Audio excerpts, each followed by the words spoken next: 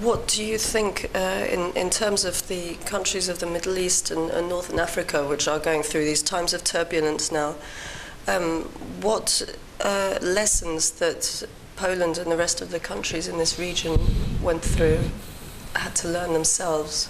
What experience can they give to them?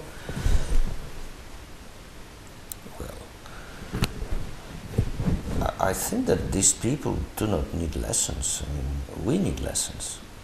We Europeans, we need lessons. And one lesson that is clearly learned from 1989 in Central Europe and Iraq in 2003 is that the changes have to be owned by the people themselves. You cannot anoint. You cannot bring the changes from the US or from outside of the country and tell the people what to do. Help is good. As financial assistance is good too. Sometimes you can even be asked for some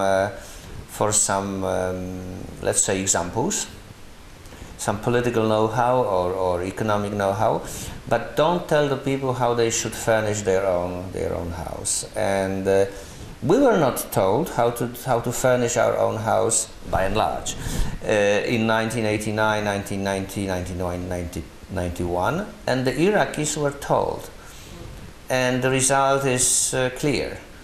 I think that transition in Central Europe was an unequivocal success.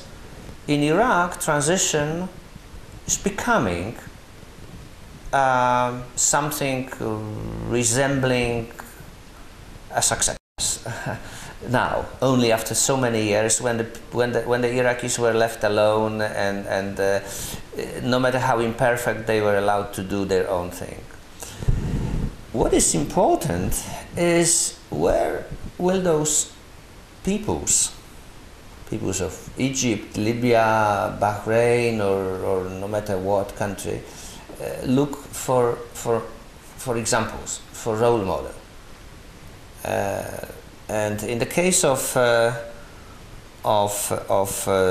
countries of Middle East and Northern Africa, certainly it is not Europe, or only to a very limited extent. We are talking about Turkey, maybe, as a country that is modern by some standards, that is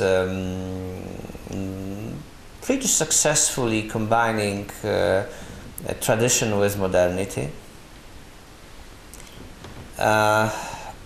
And quite recently trying to solve internal political divisions.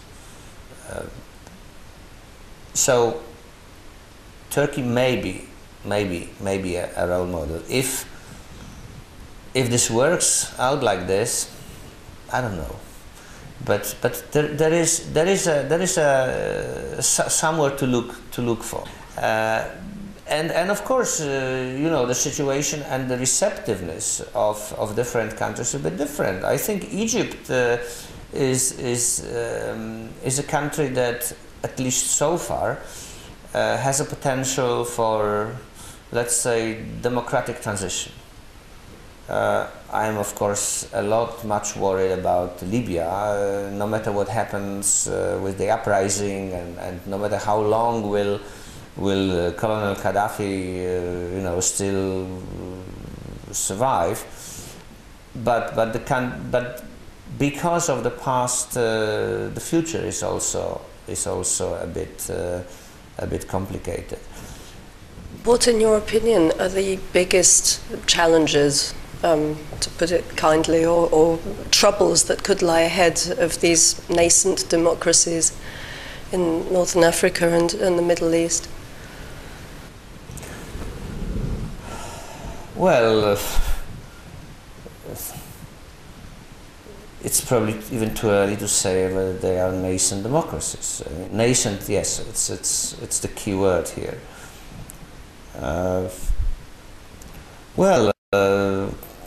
as an economist, I would point to development. I mean, the danger is that the people that were successful in overthrowing dictators will give a certain credit to the democracy, to the democratically elected authorities, to improve their lot.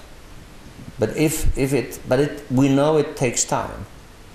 Sometimes it takes generation. I don't want to say generations, but generation.